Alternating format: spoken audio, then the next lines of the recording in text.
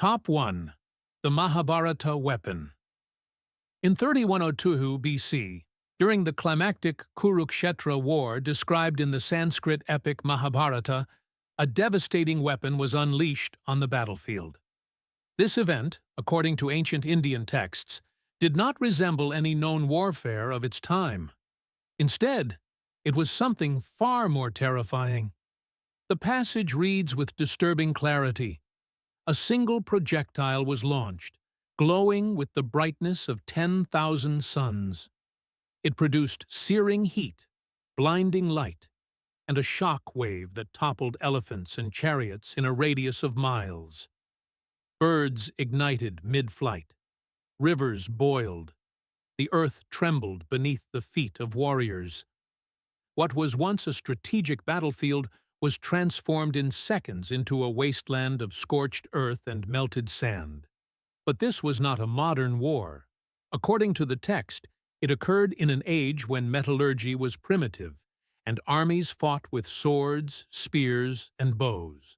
Yet, the Mahabharata describes effects eerily similar to a nuclear detonation. Survivors who returned from the blast zone experienced hair loss, skin peeling, and mysterious illnesses, symptoms that uncannily mirror radiation poisoning. Horses and livestock nearby were said to collapse without wounds, their internal organs liquefied. Modern researchers, especially in the mid-20th century, began drawing parallels between these verses and the aftermath of atomic bombings. In 1945, just after the bombings of Hiroshima and Nagasaki, American physicist J. Robert Oppenheimer was asked if the Trinity test was the first nuclear explosion in history. His chilling response? Yes, in modern times. Archaeological studies in the ancient city of Mohenjo-Daro, located in present-day Pakistan, unearthed ruins showing skeletons lying hand-in-hand in the streets, some with radiation levels over 50 times higher than normal. Nearby, layers of glassified sand suggested exposure to extreme heat, possibly thousands of degrees, for which no volcanic or natural explanation was found. Despite these anomalies, no official investigations were launched. No scientific panels were formed. Indian authorities sealed off sections of excavation zones. Western academic circles largely dismissed the claims as metaphorical or exaggerated poetic license. Over time, whispers of nuclear warfare in the ancient world faded into the background noise of conspiracy theories. But if the Mahabharata's description aligns so precisely with modern nuclear effects, then who or what possessed such power over 5,000 years ago? Could it be that ancient civilizations accessed knowledge now lost to us? Or was this story the mythologized memory of a real event passed down through centuries, veiled in the language of gods and demons? Satellite imagery of the Kurukshetra region shows no crater, no blast zone, nothing to suggest such a catastrophe. And yet the text remains unchanged, detailed, specific, as if someone somewhere wanted the memory preserved. If the weapon described in the Mahabharata was real, then our understanding of technological history is fundamentally flawed, a truth that may have been erased, not forgotten. Top 2. The Egyptian Flying Boat. In 1240 BC, inside the walls of the Temple of Seti I at Abydos, Egyptologists uncovered a series of carvings that defied conventional interpretation. Among them, one glyph caught the world's attention, a detailed image that resembled nothing less than a flying machine. With a long fuselage, rounded cockpit, and symmetrical wings, it bore an uncanny resemblance to a modern aircraft. But this was only the beginning. Ancient Egyptian texts, particularly those found in the Pyramid texts and later in the Book of the Dead, refer repeatedly to the Boat of Ra, a vessel made of fire and light that crossed the sky during the hours of darkness. This celestial ship was not poetic imagery. According to the inscriptions, it emitted sounds of thunder, tore through the clouds, and was seen descending upon the earth, riding on winds not of this world. One translation describes the ship as glowing with gold and flame, its presence shaking the very ground as it passed. Priests recorded accounts of columns of light descending from it, and villagers who claimed to have witnessed it were often taken by temple guards for questioning or never seen again. The so-called solar bark was not depicted merely as symbolic transport of the gods, but as a real, powerful object that altered the environment and inspired awe.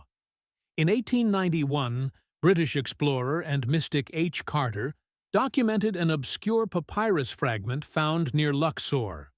The fragment, now lost, reportedly described a metallic ark, shaped not like a boat, but like the wing of a great bird, which spoke in tones that shattered stone. While many dismissed the text as apocryphal, Carter himself insisted it was authentic, later noting in his journal that the priests feared the sky-born things more than they feared death.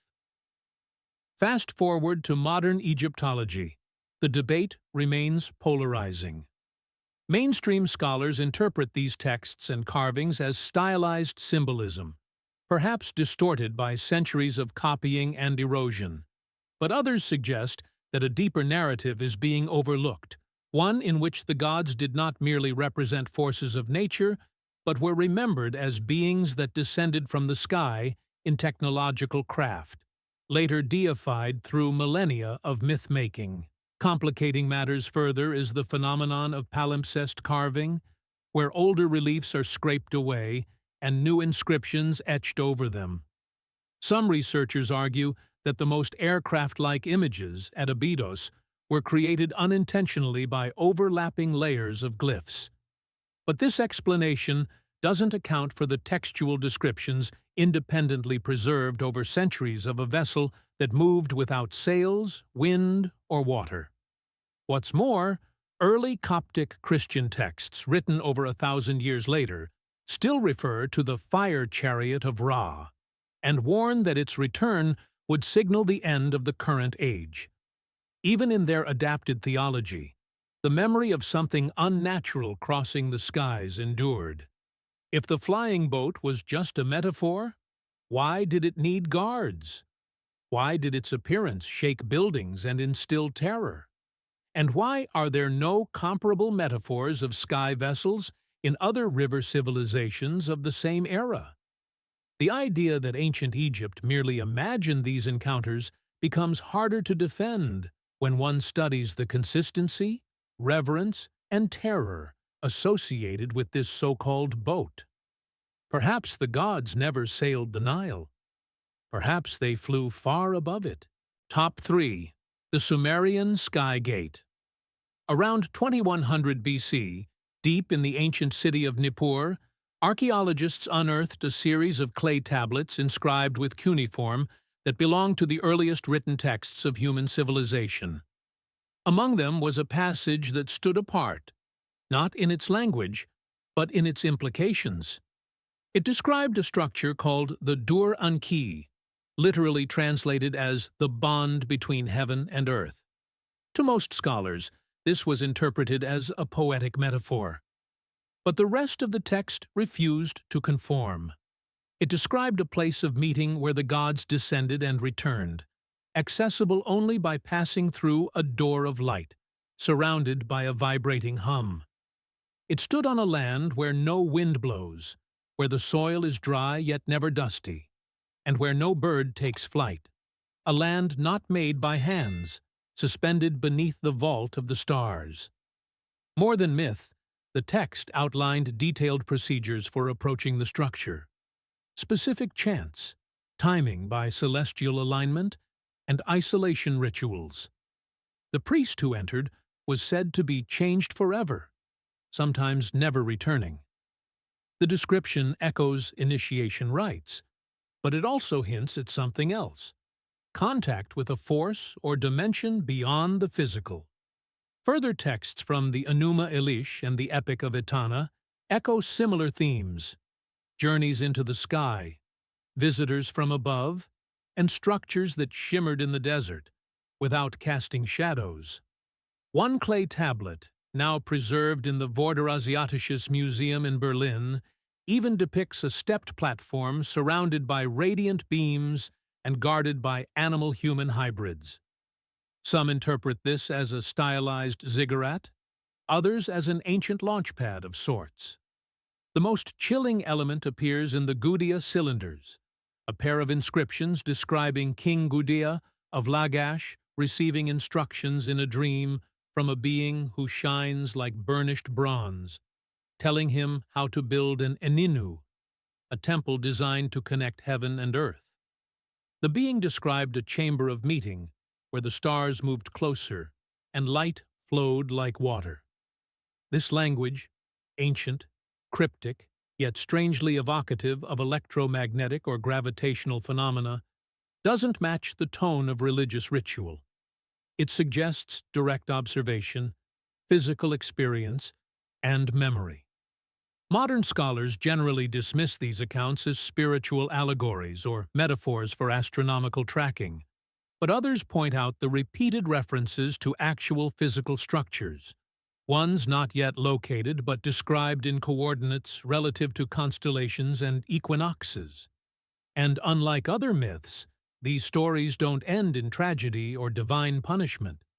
They end in silence, as if something was shut down, hidden, or erased. Worse, many of the sites associated with these tablets are now inaccessible due to conflict zones, looting, or permanent military presence. Some suspect the restrictions are for heritage protection. Others believe something more valuable or dangerous lies beneath the sands. If a gateway truly existed, a portal or station described by the oldest civilization on Earth, then why is it mentioned across multiple epochs in consistent detail with rituals more procedural than religious? And if it was merely a metaphor, why does it still feel like a warning? Top 4. The Giant from the Sky.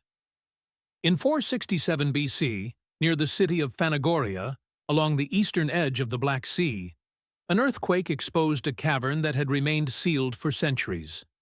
Inside, local farmers uncovered fragments of a strange scroll, one not written on traditional parchment or papyrus, but on treated hide, darkened and hardened. This document, later translated by scholars in the court of Pericles, described an event that was as awe-inspiring as it was horrifying. The scroll told of a thing from the stars, shaped like a man falling in fire. It did not descend slowly like a god from Mount Olympus, but crashed violently into the earth, creating a massive crater that glowed for 3 days and poisoned the nearby river. According to the account, the entity that emerged stood over 30 feet tall, its skin like polished iron, and its eyes emitting blue smoke. Villagers who approached it became sick. Animals fled. Children vanished. The being was said to stagger, make no sound, then collapse, its body partially embedded in the rock, impossible to move. Shortly after, a procession of priests arrived, accompanied by soldiers. The scroll ends abruptly with a chilling note. We were told never to speak of the Sky Man again, and so we forgot until the shaking returned. Most historians have either dismissed the scroll as a Hellenistic forgery or as an allegorical tale influenced by pre-Socratic myths of Titans, but fragments of the scroll have been confirmed to date back to the classical period. Even more curious is the geological evidence in the same region, a 600-foot-wide impact crater outside modern-day Taman, Russia, which shows signs of high-pressure mineral deformation, a classic sign of a meteorite strike. Yet no known meteorite fragments were found in the crater. No iron, no nickel, nothing metallic at all. Only fused silica and a strange residue resembling scorched clay. Local oral traditions persist to this day. Tales of a sleeping god buried in the hillside, a place where compasses fail, and where no vegetation grows. These were long dismissed as superstition, until a 2004 geological expedition reported electromagnetic interference and unexplained radiation spikes in the area. Adding to the mystery is an ancient Greek bas-relief found in a nearby temple ruin. It depicts a humanoid figure descending from a streak of flame in the sky, its limbs rigid, surrounded by villagers shielding their faces. The sculpture was carved decades after the scroll's described event, and may have been a silent memorial or a forbidden record. Could the giant have been an early observation of a spacecraft, or worse, its pilot? And if the body was never moved, is it still there beneath layers of dirt and denial? The language of the scroll is unlike any other myth from the period. It is not poetic, it is not moralistic. It is descriptive, clinical even, as though it was written by someone trying to preserve not a legend, but a memory. If the scroll is authentic and the event real, then the first contact with something not of this earth may not be a modern phenomenon. It may have happened in plain sight, and then, like so many truths before it, it was buried. Top 5. The Roman Triple Sun.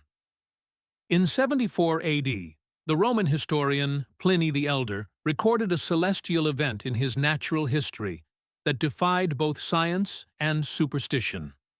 On a clear afternoon in northern Italy, near the town of Mediolanum, now Milan, citizens gathered to witness a phenomenon that would leave them speechless for generations.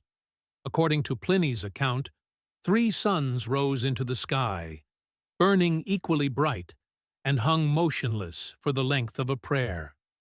This was not a metaphor. It was a documented observation by a respected Roman scholar whose writings formed part of the empire's official record. Pliny described the event with an air of detached precision. "They stood arranged in a triangle," he wrote, "casting shadows at opposing angles. The air warmed, but the winds died. Then, as one, they faded into mist."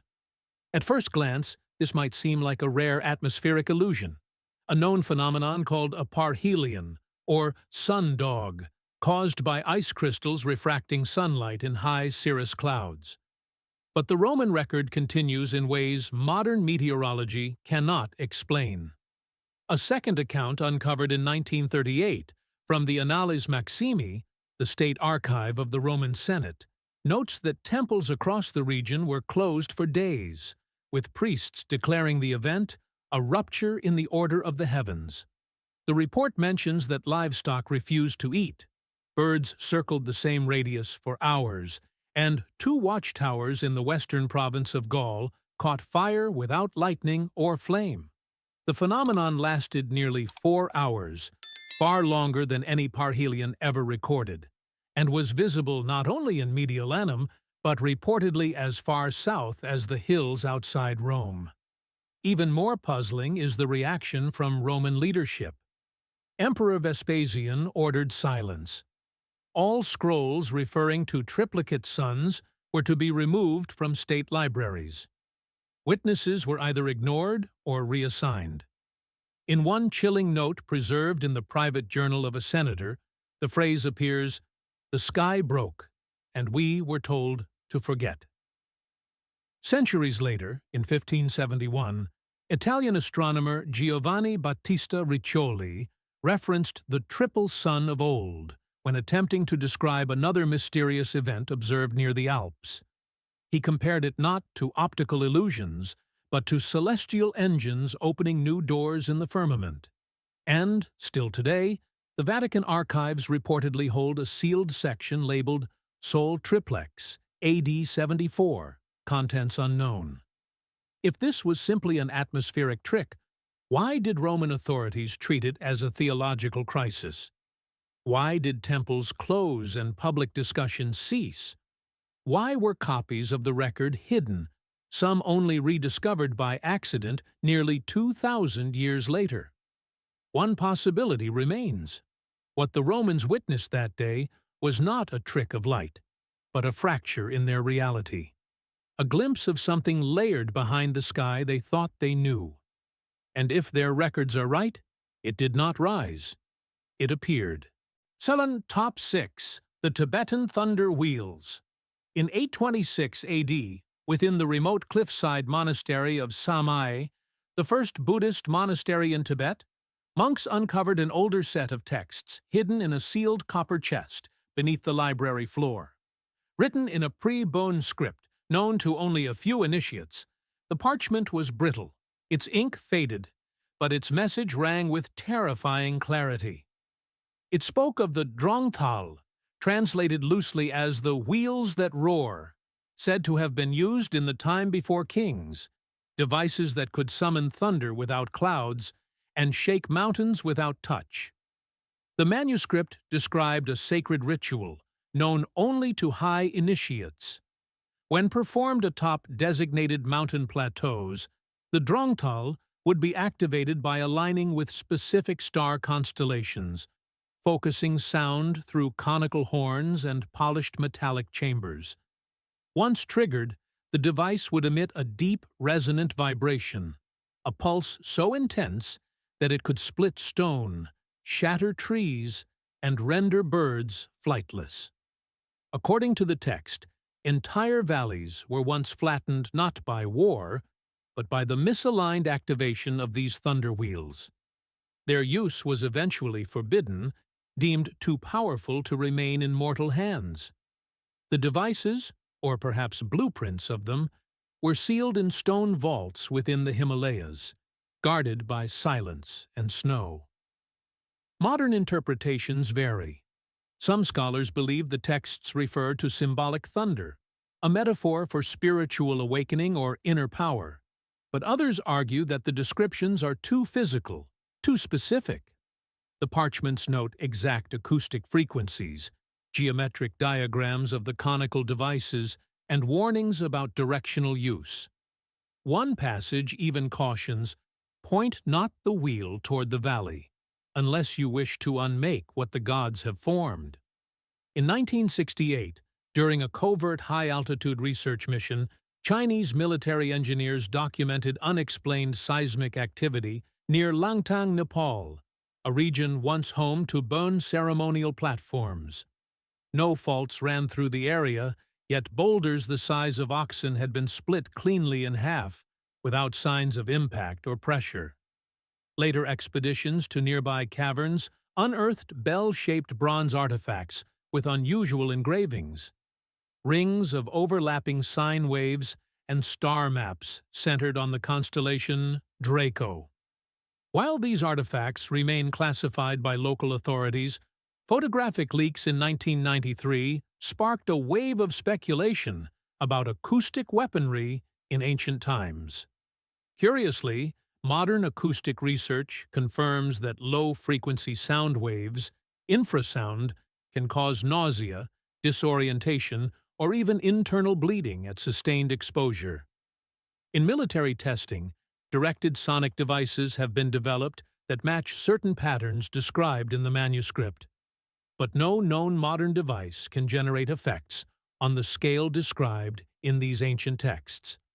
If the Tibetan thunder machines were real, who built them? And why were they eventually hidden and forgotten?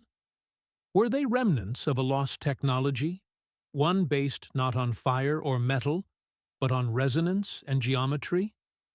The silence around these texts remains near total. The monks who uncovered them reportedly resealed the chest and swore never to copy or translate it. Yet rumors persist that a partial transcription made it to a private archive in Lhasa, now off-limits to all foreign researchers. If sound alone could level mountains, then what else have we overlooked in the ancient science of vibration? Top 7. The Giants of Qumran. In 1947, in the limestone caves of Qumran near the Dead Sea, Bedouin shepherds stumbled upon one of the most explosive archaeological finds in human history: the Dead Sea Scrolls.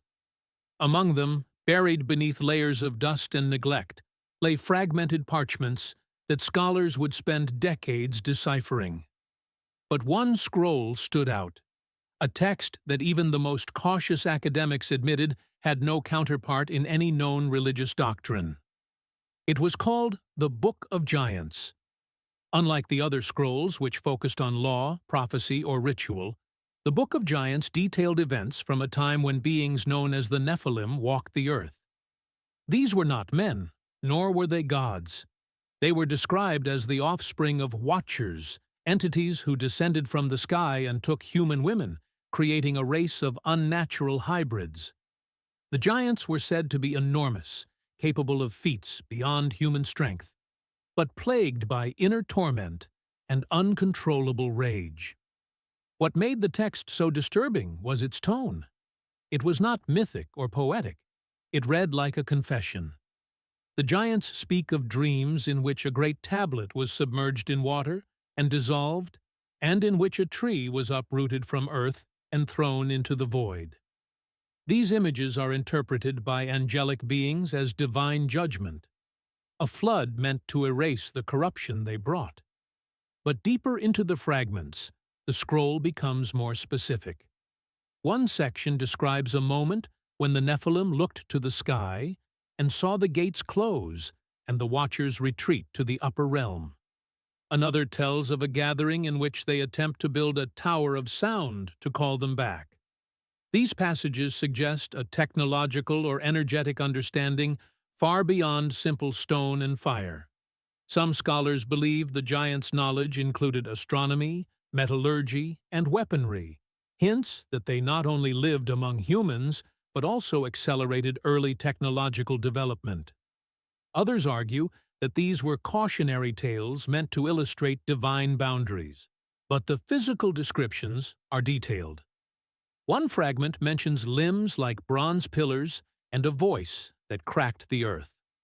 The scroll ends abruptly. No full narrative survives, but the implication is unmistakable. These beings were not destroyed by war or time. They were erased. The Vatican has never publicly commented on the Book of Giants. Neither has Israel's Antiquities Authority released the full transcription of several related fragments. Why? If these texts are purely myth, why do they echo across cultures, from the Nephilim of Hebrew lore to the Titans of Greece and the Asuras of India? Why does every civilization remember a time when beings came from the sky, disrupted the natural order, and were cast down? And if such beings once existed, what was truly lost in their disappearance? Knowledge? Power? A connection to something or someone beyond Earth? Or worse, are the giants not a myth from the past, but a warning of what could return? Top 8. The Maya Sky War. In the heart of Guatemala's highlands, carved into volcanic stone and later transcribed by 16th-century missionaries, the Popol Vuh stands as the sacred creation text of the Quiché Maya. Most view it as a mythic narrative, a blend of cosmology and folklore. But buried deep within its chapters is a passage that diverges sharply from metaphor and ritual. It recounts a battle in the sky. According to the Popol Vuh, a war was waged above the earth between two factions: the lords of Xibalba, gods of the underworld, and celestial beings aligned with light. The account describes great fires that cut through the heavens, serpents of smoke, and thunder that shook the trees from their roots. At one point, the sky tore open, revealing a mirror that showed the end of the world. One passage recounts that the rivers turned to ash, and the stones beneath the mountains wept. Entire forests were said to ignite without flame. Crops blackened in minutes. Villagers who looked up into the divided sky fell to the ground screaming, blinded not by sunlight, but by something far more violent. What makes these descriptions extraordinary is not just their vividness, but their specificity. The Quiché had no words for advanced weaponry, no language for aircraft or missiles, yet the text references spears of sky fire, beings wrapped in humming shells, and a roar that came before the flash. These aren't the tools of gods, they resemble the echoes of technological warfare. Some modern researchers have interpreted the account as a distant memory of a celestial impact event, perhaps a comet or meteor breaking apart in the atmosphere. However, the text clearly presents it as a conflict, not a natural disaster. There is intent behind the destruction, strategy, and retaliation. Adding to the mystery is a series of pre-Columbian glyphs discovered in the ruined city of El Mirador, just north of the Quiche region. These carvings, dated to 300 BC, show figures in the sky enclosed in ovals, emitting what appear to be beams toward the ground. Surrounding them are images of fleeing people, twisted trees, and spiraling clouds. The inscriptions offer no clear explanation, only more questions. Spanish priests who translated the Popol Vuh reportedly struggled with these passages. In some versions, entire segments describing the sky war were omitted or altered. One Franciscan friar described the story as too dangerous for public minds. His annotated margin note simply reads, "Diabolical or true, too vivid to dismiss." Today, few mainstream historians address this section of the Popol Vuh. It is treated as allegory, but its parallels to other ancient war-in-the-sky narratives, from the Vedic texts of India to the Norse myths of Ragnarok, suggest something more universal, perhaps a memory shared across continents. If the Maya were remembering a real conflict, who were the combatants? Why was the Earth affected by what happened in the heavens? And if this was merely myth, why does it still feel like eyewitness testimony? Top 9. The Chinese Sky Fire Record. In the 4th century BC, a set of ancient Chinese chronicles known as the Jushu Jinian, or Bamboo Annals, was unearthed from a royal tomb in the state of Wei. Etched onto slender bamboo strips and preserved for centuries in lacquered cases, the text offers a detailed chronology of early dynasties. But buried among the records of coronations and floods lies a singular entry that has baffled historians ever since. The record states that during the reign of Emperor Yao, a semi-mythical ruler traditionally dated to 2356 BC, a fire came from the sky, roaring like 1,000 dragons, lighting the day into night. It goes on to say that a silver object tore through the clouds, fell to the earth with a cry like thunder, and split the mountain like a melon. The surrounding land blackened, and the air itself turned to ash. Unlike typical omens or astrological warnings common in early Chinese texts, this account does not contain metaphor or ritual interpretation. It is observational, measured. It ends with a haunting line. A figure emerged from the fire, pale as bone and silent as stone. The people did not approach. For years, the passage was dismissed as allegory, perhaps an embellished tale of a meteorite impact or volcanic eruption. But recent geological surveys in the Loess Plateau, near present-day Shanxi province, have revealed something stranger. Satellite imaging and core samples have identified a massive elliptical crater buried beneath centuries of sediment.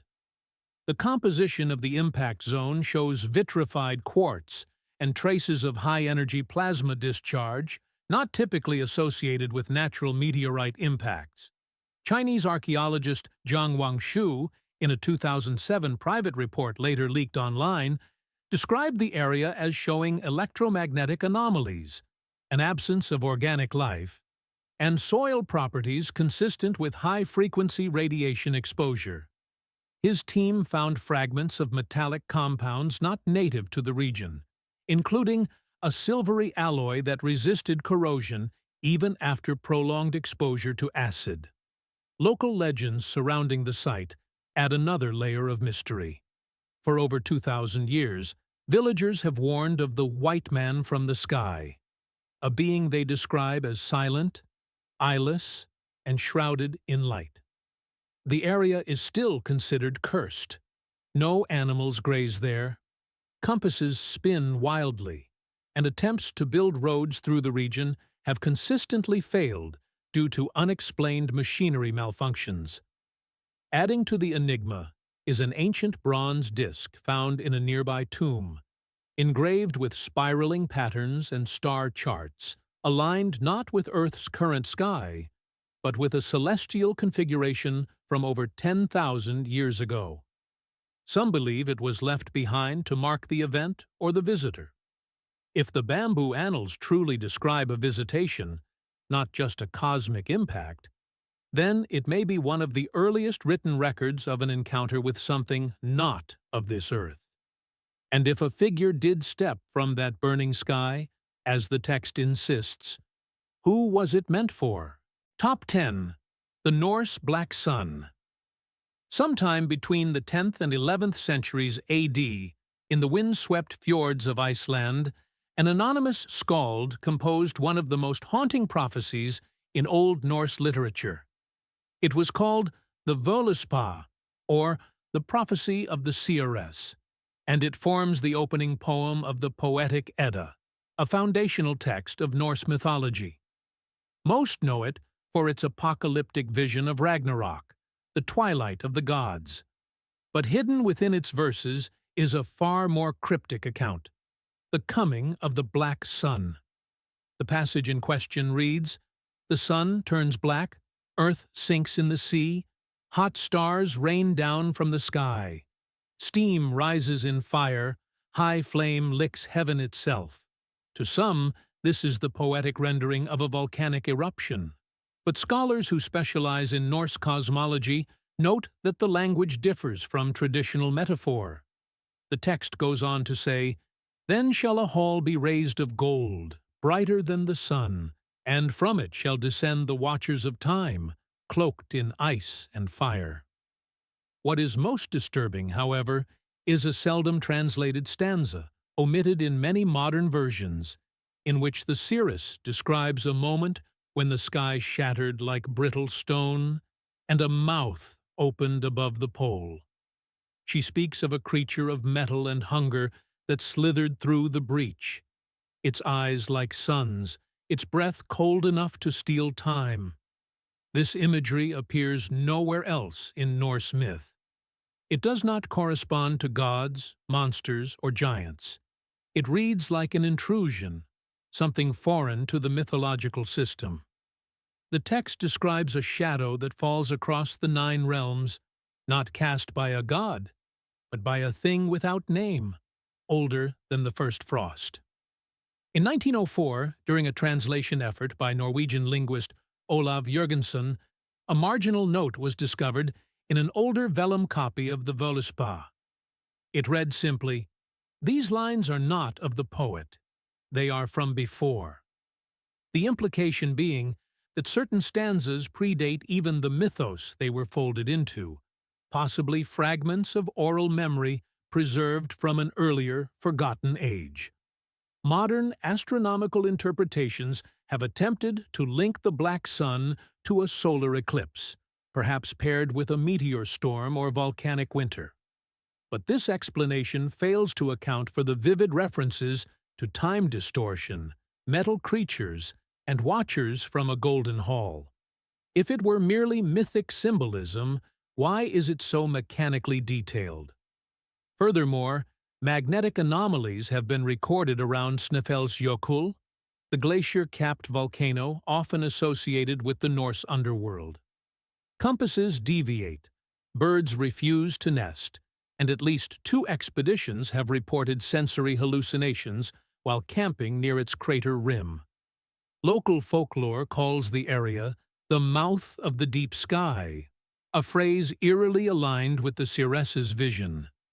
If the Black Sun was a poetic metaphor for natural disaster, why include elements of artificial structure, machinery, and beings that descend from light? And if it was not a metaphor, what was it? The prophecy ends not with salvation, but with silence. The seeress offers no hope, only the return of something ancient, something the gods themselves feared. Perhaps the gods did not fall in Ragnarok? Perhaps they fled. Across cultures and epochs, these ancient texts present a recurring enigma, not through invention, but through description. Whether etched into clay, pressed into bamboo, or whispered through epic verse, each document quietly captures an event that, by all logic, should not have occurred within its era. Vessels in the sky, battles above the clouds, machines of sound, beings not entirely human, the accounts are too detailed, too specific, and too widespread to be dismissed as coincidence. Rather than viewing these stories purely as mythology, a more grounded approach considers them as cultural memory, filtered through language, belief, and time. When stripped of symbolism, the underlying narratives point to encounters with phenomena beyond the technological or scientific reach of their age. These were not explanations. They were records. That so many of these texts have been downplayed, altered, or excluded from mainstream historical discourse may say less about their validity and more about our discomfort in re-examining accepted frameworks. The past, in its full complexity, often resists simplicity, and these writings, whatever their origin, complicate the timeline we've come to accept. We may never fully understand what these civilizations witnessed, but dismissing their accounts outright risks losing more than just perspective. It risks erasing the questions they tried to preserve, not to provoke, not to sensationalize, but perhaps simply to remember. And that in itself might be the most human act of all. If these accounts of ancient technology and celestial visitors have changed the way you look at our history, please subscribe and like the channel. We are excavating the truths that time tried to bury. Help us plant the seeds for a new understanding of the future. The next hidden treasure of history will be revealed soon.